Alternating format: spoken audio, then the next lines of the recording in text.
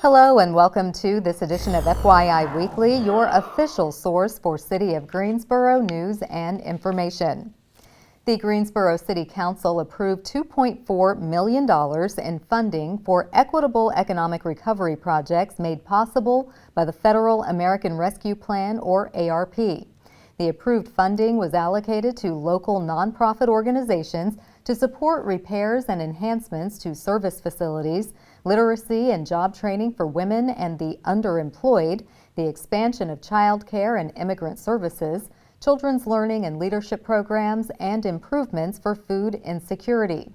These projects are in addition to the City Council's previously approved projects, which amounts to more than $27 million. The current allocation accounts for 46% of the city's ARP funds, which totals more than $59 million. City Council will continue to evaluate the remaining ARP applications to identify the projects most closely aligned with community needs and City Council priorities. To learn more and to track the projects funded by the city's ARP dollars, visit the city's website. The application window is open for the 2023 Greensboro Police Citizens Academy, which will be held from January through April of 2023. The goal of the program is to give residents greater insight into the police department in hopes of forming long-term partnerships and sharing the responsibility to make Greensboro safe for all people.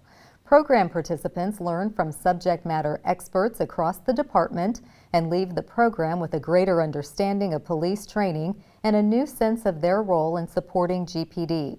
The Academy highlights police community relations, violent crime, recruitment, professional standards, constitutional law, traffic safety, forensics, special teams, vice narcotics, community programs, and a firearms simulator.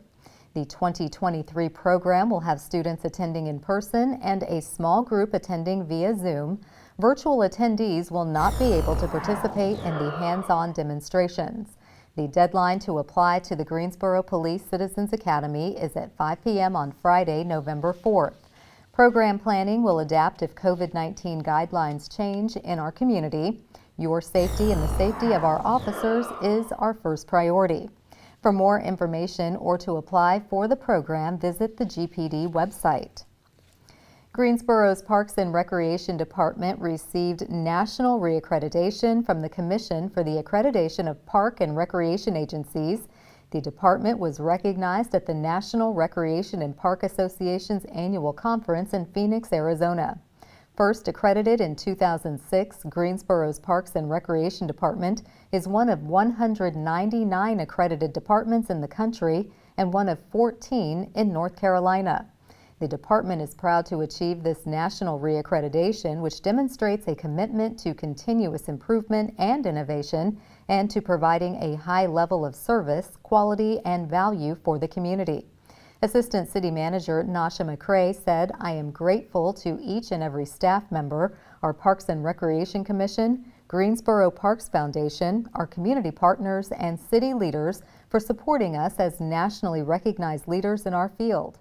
As part of the reaccreditation process, Parks and Recreation achieved full compliance with all 154 recognized standards, which demonstrates how the department applies national best practices to deliver the highest level of service. Being an accredited agency means the department meets or exceeds standards developed and maintained by national parks and recreation leaders. The department undergoes a full review of the standards every 5 years in order to maintain accreditation. Cone Health has partnered with the city to share a series of brief and informative videos designed to inspire you to make better choices when it comes to healthy living. Following these tips is an easy way to help each of us improve our quality of life. Let's take a moment to check out today's news for your health. For most people, occasional lapses in memory are a normal part of the aging process, but sometimes not. As we get older, there are some normal memory errors that we make that are age-related. For example, misplacing your keys, having trouble finding a word while you're talking, even forgetting an appointment. That's not cause for concern. What I see is that when people make these errors much more frequently and they begin to disrupt their lifestyle, then we start to worry that there may be a dementia coming. Now, a lot of people ask me, how can I maintain the memory I have or the thinking skills I have? Sometimes when we forget, it's not that we're forgetting information, but we're not actually absorbing it. So if you're having visual problems or hearing problems, or you've been diagnosed with those and you're supposed to wear glasses or hearing aids, please do wear those and get those kinds of things checked out. Secondly, sleep. Sleep is very, very important for memory. And we find that people who have inadequate sleep or disorders of sleep will have problems with staying alert and also problems with memory during the daytime. Drinking too much alcohol, use of drugs, and smoking. I would recommend stopping smoking because when you're smoking, you're actually taking oxygen out of the brain, and it can actually worsen your health in other ways. Stay intellectually engaged. Doing crossword puzzles or word searches, that's fine, but what research shows us is that when you're doing those activities and it's a social context where you're doing it with other people, it can be much, much more effective to keep you mentally sharp. So, get involved in book clubs, go to dance classes, things like that can be very helpful. Another important thing is exercise, and people don't always realize that exercise is important to brain health. 30 minutes a day, if you can, of aerobic activity can be very, very effective in promoting the health of your brain because you're pumping blood through your brain. Managing stress and depression, that's an important one. I think that a lot of folks who are having memory problems, what we find out is that they're having very stressful lifestyles or they're actually depressed.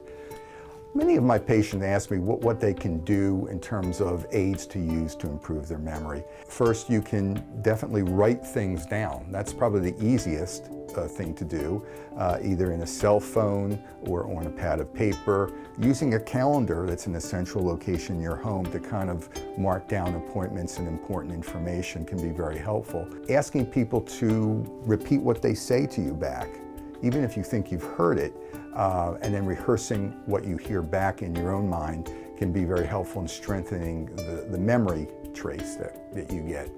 Another memory aid would be using alarms. So if you have to do something at a certain time to program your watch or your cell phone to give you an alarm to remind you to do something. If you worry that you're having memory problems or you're worried about a loved one having memory problems, I think the first thing to do is consult with your personal care physician. There are many medical conditions that could cause memory loss.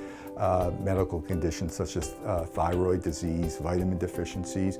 There can even be side effects of medications that can cause memory loss, so you want your physician to be able to review those with you and make sure that that's going fine. Thanks for joining me. I hope this information has been helpful. For more information about memory and wellness, please visit conehealth.com/wellness. I'm Dr. Michael Zelson.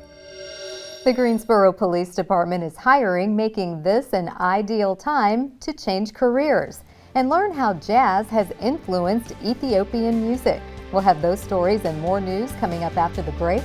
Stay with us.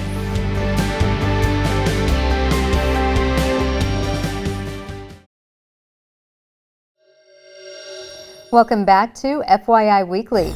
If you are considering a career in law enforcement, the Greensboro Police Department is hiring. GPD is hosting an informational and hiring event on Wednesday, October 19th. The event will take place from 5:30 p.m. to 8 p.m. at the Public Safety Training Facility on North Church Street. Members of the recruiting team will be on site to answer questions and conduct tours of the Public Safety Training Facility. This is an opportunity to learn about the profession of law enforcement, the salary, and benefits.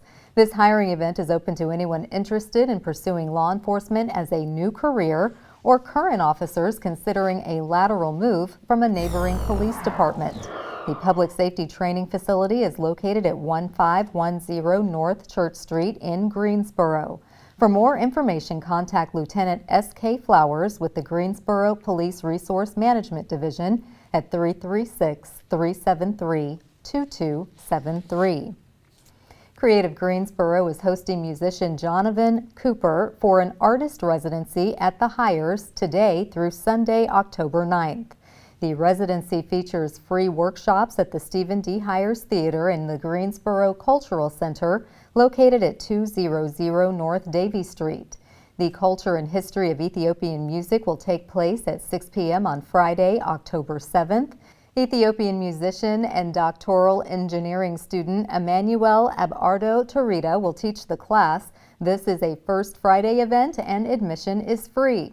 The band Tuesta will perform at 4 p.m. on Sunday, October 9th. Tickets are $10 and available online. Jonathan Cooper is a native of Windsor, North Carolina. He has performed as a member of the U.S. Navy Band, as well as with some of the world's greatest musicians, including the Four Tops, Isaac Hayes, Russell Batiste, and the Commodores. Dr. Cooper recently returned to North Carolina after accepting an offer to teach at North Carolina A&T State University as the jazz band director. The Greensboro Parks and Recreation Department is partnering with the Guilford Regional Tennis Association and Carolina's Adaptive Standing Tennis. Together, they will host a standing adaptive tennis clinic for kids. This will take place at 4 p.m. on Saturday, October 8th at the Pine Top Sport Club.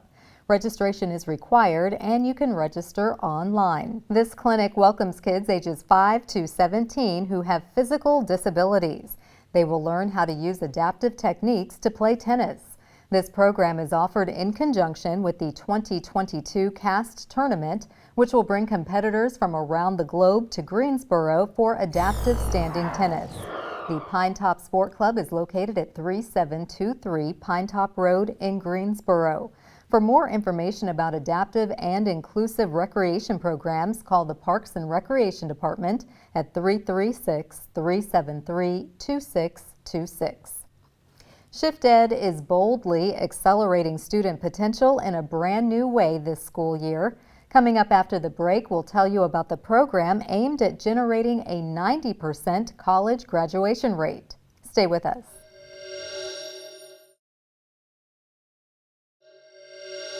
Welcome back to FYI Weekly. Shift Ed is introducing a free program designed to get students to and through college with a 100% acceptance rate followed by a 90% college graduation rate. Joining me now to tell us about the SEO Scholars Program is Giselle Mancy. She is the Director of SEO Recruitment for Shift Ed. Welcome, Giselle. Good to see you again. Good to see you again, Carla. Thank you. Thank you for joining me. So for folks who are not familiar, tell us, what is SEO? So like you said, SEO Scholars is a program that we get students to and through college with a 100% graduation rate for high school and a 90% graduation rate for college compared to the national average. Now, this program, it will be in conjunction with other cities, with New York City and San Francisco. It's been done in New York City for 60 years and in San Francisco for over 11.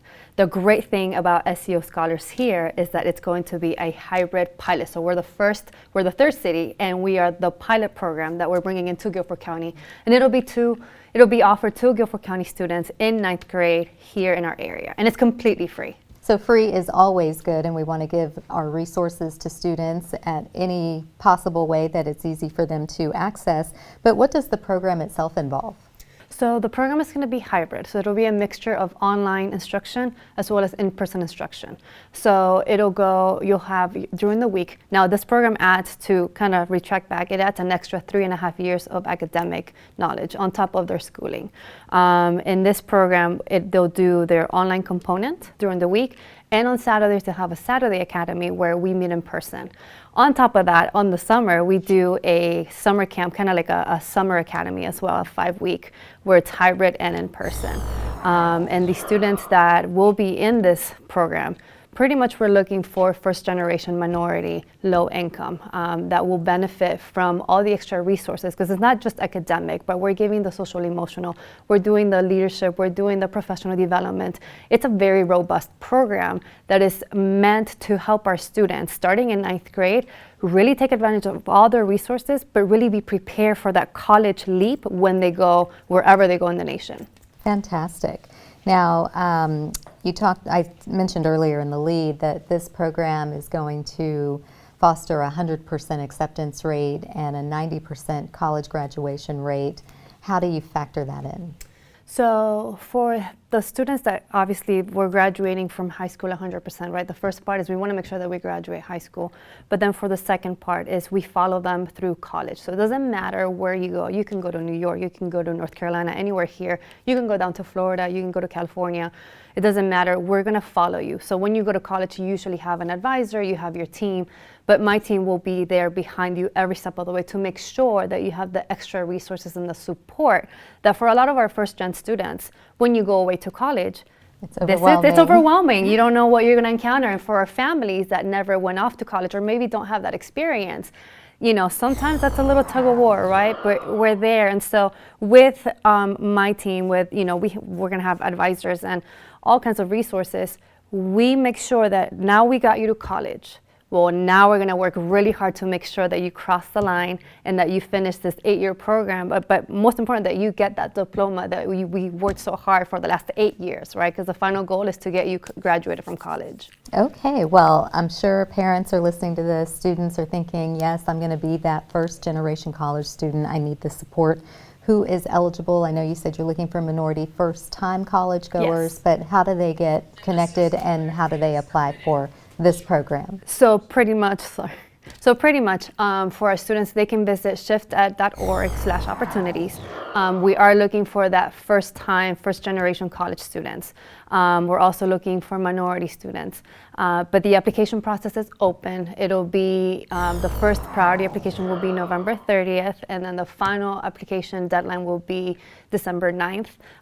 There will be some interviews, there's some essay questions, but it's very easy, it's not complicated. Again, this program is free, it's not meant to put more barriers, it's meant to remove barriers. But it's a phenomenal program, and I'm very excited that I get to lead it, that I get to not only work and recruit, but that I get to also advise, mentor, and help the students go through their next 8 years of high school and college. Fantastic. Well, Giselle, it's always great to see ShiftEd increasing all of the resources and support services. Congratulations on launching the SEO program. Do come back and give us some updates with some success stories. Absolutely, can't wait. Thank you. Thanks. Stay tuned for some interesting and useful information about Greensboro as we tell you something about the city. That's coming up after the break. Stay with us.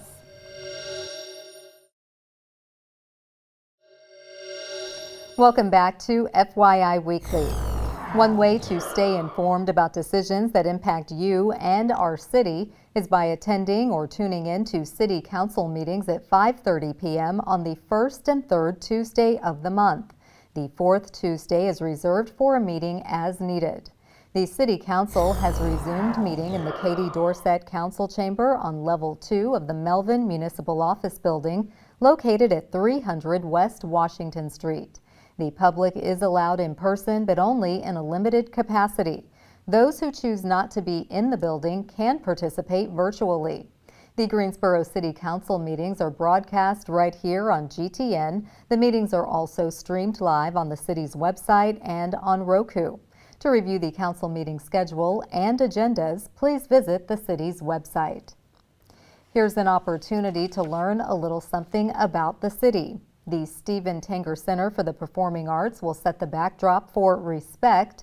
This celebration of the legendary Queen of Soul, Aretha Franklin, will take center stage on Tuesday, October 11th.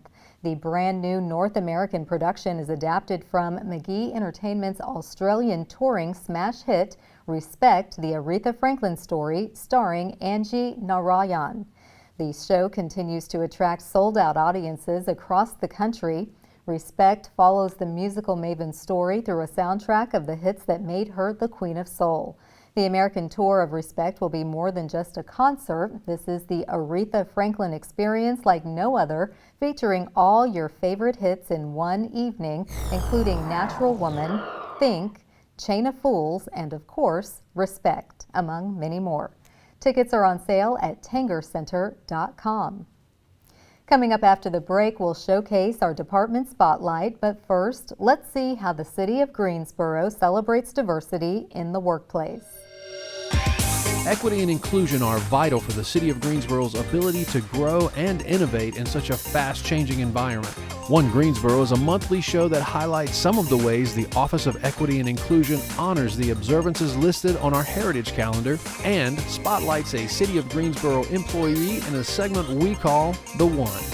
These observances are an integral part of the National Equal Employment Opportunity and Civil Rights Program and encourage us to live as one people, one community, one Greensboro.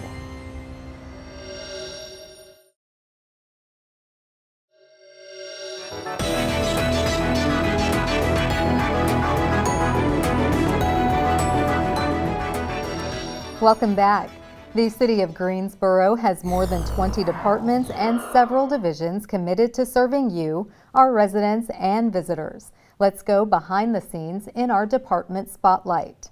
Creative Greensboro will host Triad Playwrights Theater for a residency at the Hyers from October 10th through October 16th. The residency will culminate with performances of Pete Turner's play, The Unders, from October 13th to October 16th at the Stephen Hyers Theater in the Greensboro Cultural Center.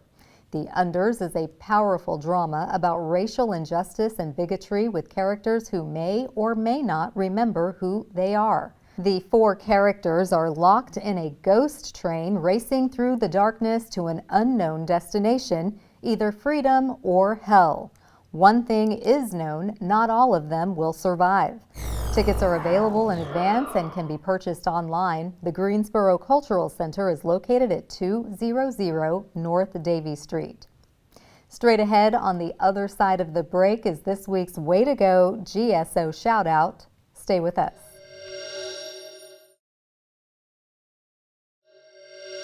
As we draw to a close, we always want to end on a positive note with our Way to Go GSO shout out. This week's shout out goes to the City of Greensboro. The Parks and Recreation Department has published its fiscal year 2021-22 annual report. You can read the report at your leisure on the city's website. This provides an overview of the year's achievements and milestones. The report goes into detail about how the department achieved its goals to enhance its existing assets, expanded to offer transformational programs, and connected with partners to uplift the community. For more information about Parks and Recreation, visit the city's website. That concludes this edition of FYI Weekly, but you can easily stay connected to the latest city news by linking to us on Facebook, Twitter, YouTube, and Instagram. Alexa users can subscribe to our 5-minute flash briefings, which airs on 90.1 FM and 100.7 FM. Be sure to download both weekly podcasts, Talk City Greensboro and Connect GSO, plus GTN is streaming on Roku. For all of us here at the City of Greensboro, thanks for watching, and we'll see you next time.